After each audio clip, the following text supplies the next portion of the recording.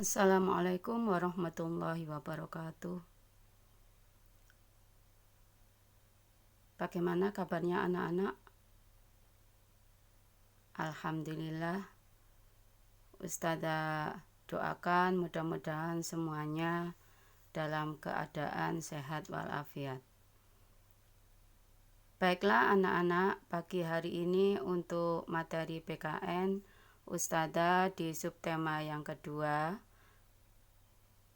akan menjelaskan mengenai penerapan dari nilai-nilai sila keempat dari Pancasila. Tentunya kalian semuanya sudah hafal bunyi dari sila yang keempat. Dalam sila yang keempat itu mengandung makna bahwa pemerintahan yang ada di negara kita itu terbentuk dari rakyat, oleh rakyat, dan untuk rakyat, yaitu dilakukan dengan cara musyawarah untuk mencapai mufakat. Musyawarah itu apa? Maksud dari musyawarah itu adalah suatu upaya bersama dengan sikap rendah hati untuk memecahkan persoalan guna mengambil keputusan bersama dalam menyelesaikan masalah. Contohnya pada saat ini kalau di kelas, contohnya di lingkungan sekolah, kalian sudah menerapkan nilai-nilai dari sila yang keempat. Contoh yaitu kalian memilih ketua kelas atau pengurus kelas. Itu juga dilakukan melalui musyawarah. Kalau di negara kita, contoh penerapan dari musyawarah yaitu pemilu, memilih siapa saja yang wakil-wakil rakyat yang duduk di pemerintahan dan memilih presiden. Itu juga melalui musyawarah. Sekarang kita melihat apa saja nilai-nilai yang terkandung dalam sila keempat dari Pancasila. Yang pertama yaitu bahwa dalam sila yang keempat, nilai yang harus terkandung yaitu mengutamakan kepentingan negara dan masyarakat. Yang kedua, tidak memaksakan kehendak kepada orang lain.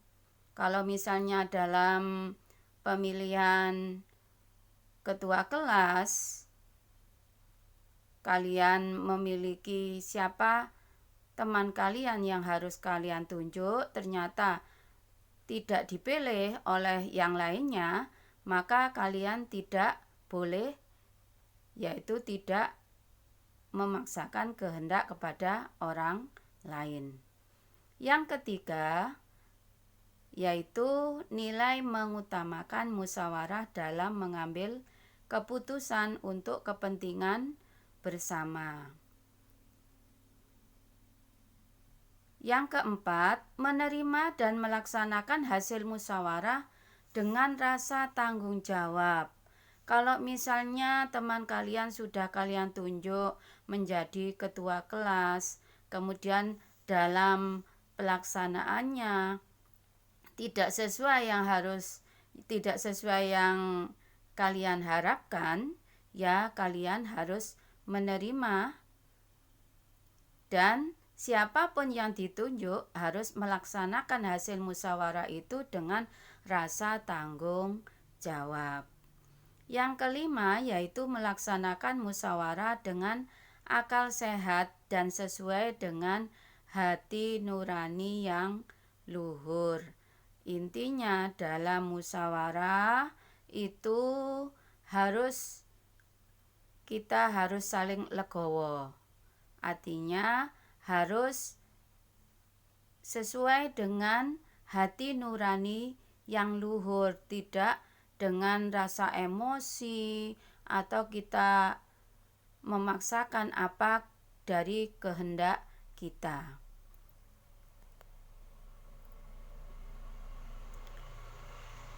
Sekarang kita lihat contoh apa saja yang ada di sila yang keempat. Misalnya ini penerapannya di lingkungan keluarga. Yang pertama, contoh yang kita lakukan dengan musyawarah yaitu membagi tugas dengan anggota keluarga.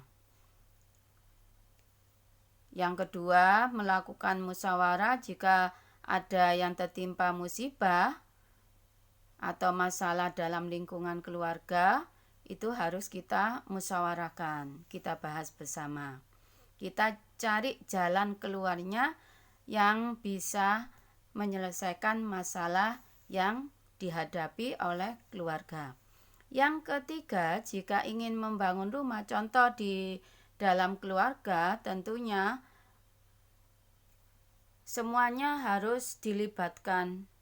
Sebaiknya dimusyawarahkan dengan anggota supaya apa? Supaya tidak ada anggota yang merasa tidak nyaman. Yang keempat, contoh yaitu sebelum melakukan kegiatan keluarga yang berkaitan dengan acara-acara, contoh di situ ada hitanan atau untuk wisata atau untuk pernikahan dan lain-lainnya, itu harus dilakukan secara musyawarah. Tujuannya yaitu sekaligus untuk mempererat tali silaturahmi antar anggota keluarga yang jauh. Ini contoh penerapan di lingkungan keluarga. Kemudian contoh pengamalan sila yang keempat di lingkungan sekolah. Contoh nanti kalau kalian sudah di SMP, mungkin kalian mengenal dengan organisasi apa yang disebut dengan OSIS. Yaitu nanti ada pemilihan OSIS, ketua kelas, dan perangkat sekolah lainnya. Yang kedua, contoh yang diterapkan yaitu menghargai setiap usulan atau masukan dari siswa-siswi. Yang ketiga, contoh memberikan contoh sikap yang baik di sekolah. Contohnya yaitu membuang sampah di tempatnya.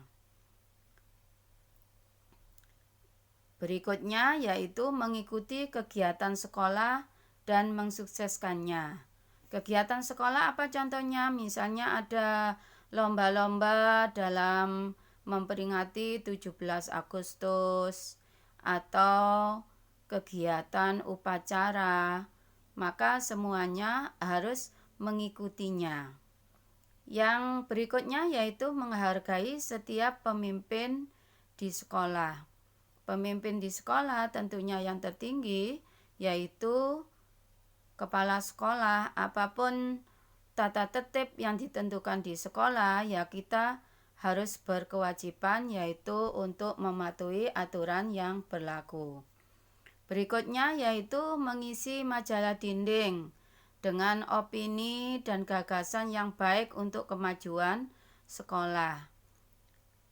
Berikutnya tidak membeda-bedakan teman, dan ketika bermain dengan teman selalu dalam batas yang wajar untuk saling menjaga persaudaraan.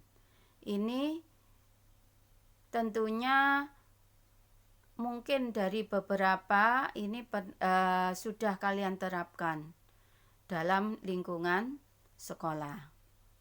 Berikutnya yaitu lingkup yang besar untuk pengamalan sila yang keempat di lingkungan masyarakat. Yang pertama yaitu menghadiri dan mengikuti undangan acara RT RW desa. Ini mungkin sudah dipraktekkan, dilaksanakan oleh orang tua kalian di lingkungan RT, RW, atau desa kalian masing-masing. Yang kedua, mensukseskan acara yang diadakan di lingkungan sekitar.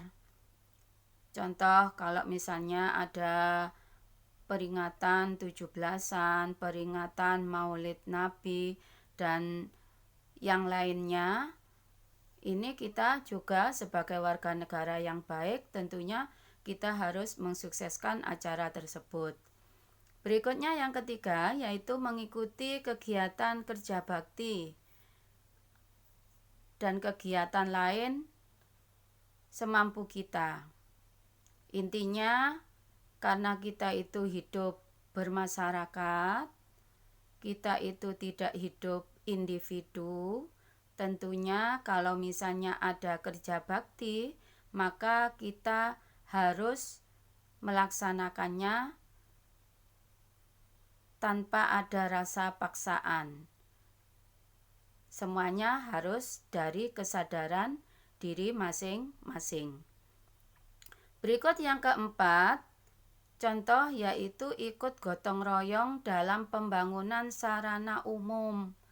Misalnya ada pembuatan renovasi jembatan atau renovasi jalan. Maka sebagai warga negara yang baik, sebagai warga desa, kita juga ikut gotong royong. Berikutnya, perumusan dan pengesahan rencana anggaran pendapatan dan belanja pembangunan RT atau RW atau desa. Kalau misalnya ada gotong royong pembangunan sarana umum, tentunya ini kan membutuhkan biaya-biaya. Biaya itu harus dari mana? Kita sebagai warga negara, ya tentunya kalau misalnya ada iuran yang harus kita bayar, maka kewajiban kita untuk membayar untuk mensukseskan pembangunan sarana umum tersebut. Inilah contoh-contoh penerapan pengamalan dari sila keempat, mulai dari lingkungan sekolah, lingkungan keluarga, dan lingkungan masyarakat. Bisa kalian nanti buka di buku paket halaman 75 sampai halaman 76. Yaitu kalian menunggu link dari ustadzah yang nanti ustadzah share. Demikian penjelasan ustadzah yaitu mengenai pengamalan dari sila yang keempat. Ustadzah akhiri, wassalamualaikum warahmatullahi wabarakatuh.